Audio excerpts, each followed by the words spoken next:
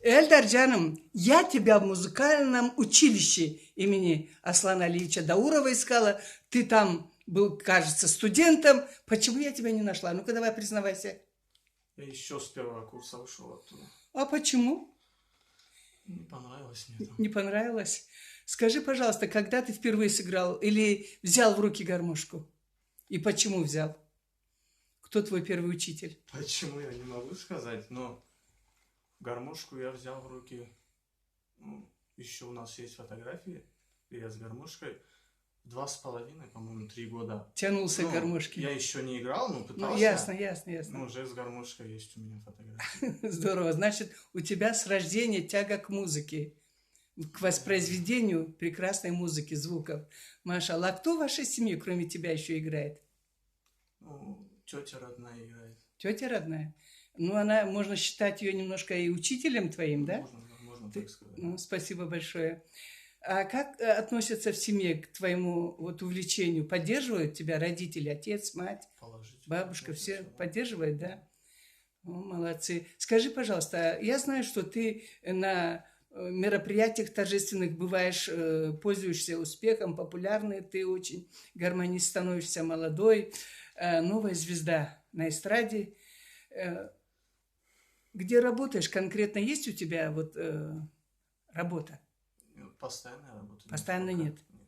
Ну, я желаю, чтобы постоянно свадьбы были каждый день, Спасибо. чтобы почаще их было. Спасибо. Молодец, спасибо тебе большое. Ну, сыграй нам какую-нибудь радостную, что нравится на свадьбах.